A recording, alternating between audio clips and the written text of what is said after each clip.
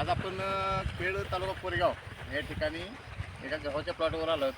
तर या गव्हाच्या प्लॉटमध्ये इकडून या बाजून जर बघितलं, या बाजूने 1 2 3 4 आणि 5 हे 5 वाफे आहेत. याकरिता आपला बॉसचा वापर केला गेला नाही. आणि इथून पलीकडे संपूर्ण प्लॉटला आपण बॉसचा एक स्प्रे दिलेला आहे. तर आपण इथं बघू शकतो की जिथून बॉसचा स्प्रे दिलेला आहे त्या ठिकाणच्या गव्हाची उंची आणि गव्हाच्या पानाची साईज वगैरे सगळं आपल्याला बघायला मिळते. आणि त्यानंतर ह्या इकडे गव्हा जे वापरलं गेलं नाही, म्हणजे इकडून आपण ह्या 5 वाफे तसे सोडले होते. त्या 5 वाफेची ग्रोथ पण आपल्या इथं बघायला मिळते. तर असा आपण हा प्लॉट वापरलेला न वापरलेला असा एक आपण इथं प्लॉट तयार केला होता. आणि साधारणतः हा जो आता आपण गहू बघतोय तो गहू फक्त 15 दिवसाचा आहे. थँक्यू.